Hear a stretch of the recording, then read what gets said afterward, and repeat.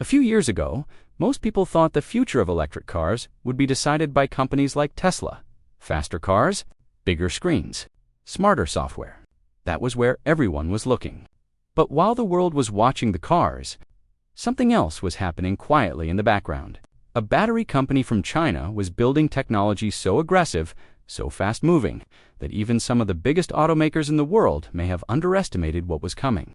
And then, almost overnight, it made a claim that forced the entire EV industry to stop and pay attention. A battery that could push a car close to 1,000 kilometers on a single charge, and recharge in minutes instead of hours. At first, it sounded exaggerated, but then the numbers started coming out. And suddenly, this wasn't just another battery announcement anymore.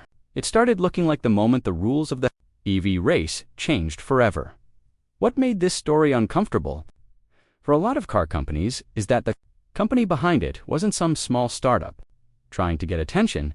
It was already sitting deep inside the global auto industry. Quietly, most people had never even heard its name before. Yet millions of drivers were already using its technology every day without realizing it. Some of the world's biggest brands were depending on it behind the scenes: BMW, Mercedes-Benz, Volkswagen, even Tesla itself. The company wasn't competing with automakers directly, it was powering them. And that's what made the situation so different. Because once a battery company becomes more important than the car brands using it, control of the industry starts shifting in ways people don't notice immediately. The company had started, years earlier, in a Chinese city most people outside the industry had never heard of. Back then, it looked ordinary. Another battery manufacturer trying to survive in a crowded market. But while others focused on short-term production, this company focused on one thing obsessively: solving the biggest weaknesses of electric vehicles before anyone else could.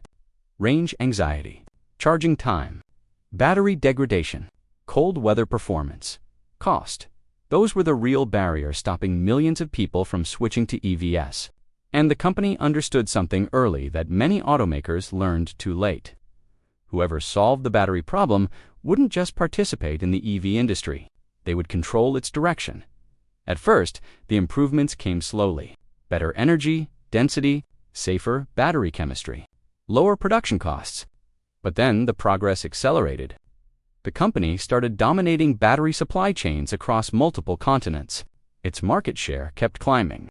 Automakers that once depended on their own internal research started relying on this company instead, because developing advanced batteries independently was becoming too expensive and too slow. That shift mattered more than people realized at the time. Because once manufacturers become dependent on outside battery suppliers, the balance of power changes quietly in the background. And this is where the story starts to get uncomfortable.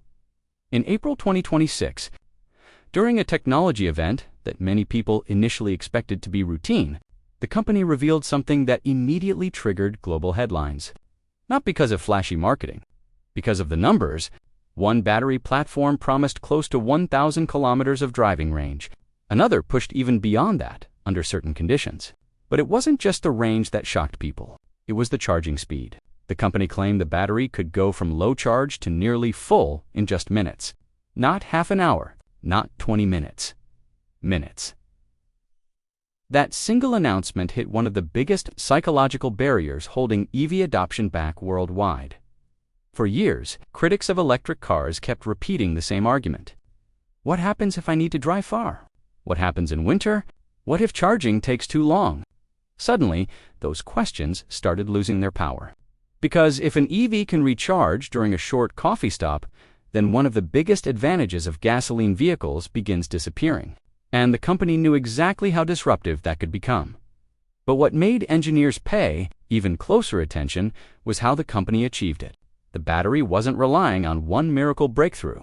It was the result of several aggressive engineering decisions working together. Higher nickel chemistry increased energy storage dramatically. Advanced silicon-carbon materials improved efficiency while reducing wear during charging cycles. New semi-solid battery structures improved safety and reduced fire risks that had haunted EV discussions for years. Even the casing materials were redesigned using techniques inspired by aerospace engineering to reduce weight without sacrificing strength, and that weight reduction mattered more than most people understand. In electric vehicles, heavier batteries usually mean compromises. More weight affects handling, acceleration, efficiency, and interior space. Traditionally, increasing range meant making vehicles heavier, but now, something unusual was happening. Range was increasing while weight was falling. That changes vehicle design completely. Suddenly, manufacturers can build lighter cars with longer range and better performance at the same time. And once that becomes possible, older EV platforms begin aging very quickly. But this only matters once you see what happened. Next, because the charging numbers became even harder to ignore after independent comparisons started circulating online, older EV systems that once looked advanced suddenly appeared slow. Many existing vehicles still required 20 to 40 minutes to reach practical charge levels under ideal conditions. In cold weather, the delays often became worse. But this new system kept performing even in freezing temperatures where traditional batteries struggled badly. That solved another hidden fear many drivers had about electric vehicles: reliability during winter. The psychological effect of this was huge. People don't compare charging times mathematically. They compare them emotionally. Once waiting times start feeling short enough to fit naturally into daily life, resistance drops fast. Drivers stop thinking about charging as a burden. And once that happens, adoption accelerates much faster than analysts expect. But while everyone focused on fast charging, the company revealed another technology that may end up becoming even more important long-term. And strangely, it involved moving away from lithium itself. For years, lithium was treated as the foundation of the EV future. Countries competed for supply chains. Companies invested billions into mining operations. Entire geopolitical strategies formed around battery materials. But lithium has weaknesses. It's expensive. Supply can become unstable. Extraction is and global demand keeps increasing faster every year. The company saw that problem early and started developing something most people ignored at first: sodium-ion batteries. At first glance, sodium sounds less impressive. It doesn't carry the same futuristic image as lithium. But sodium has one massive advantage: it's everywhere. Cheap, abundant, easier to access globally. That changes the economics of electric vehicles completely. Suddenly, the possibility emerges for much cheaper EVs that still perform reliably in difficult climates. And this wasn't just theoretical anymore. The company announced real production plans, real vehicles, real deployment timelines. One of the first passenger vehicles using the new sodium-ion system was already preparing for launch. That shifted the conversation immediately, because once a technology leaves the laboratory and enters mass production, skepticism becomes harder to maintain. The implications stretch far beyond one car company or even one country. Cheaper battery systems could reshape transportation markets across developing economies, where affordability matters more than luxury performance. Smaller EV, commercial fleets, buses, three-wheelers, urban transportation systems. Entire categories become easier to electrify once battery costs fall far enough, and that creates a bigger question hiding underneath all of this. What happens if the future of transportation no longer belongs to the automakers people recognize, but to the battery companies controlling the technology underneath them? Because the truth is, most drivers don't care who designed the battery chemistry inside their car. They care about range, charging speed, reliability, price.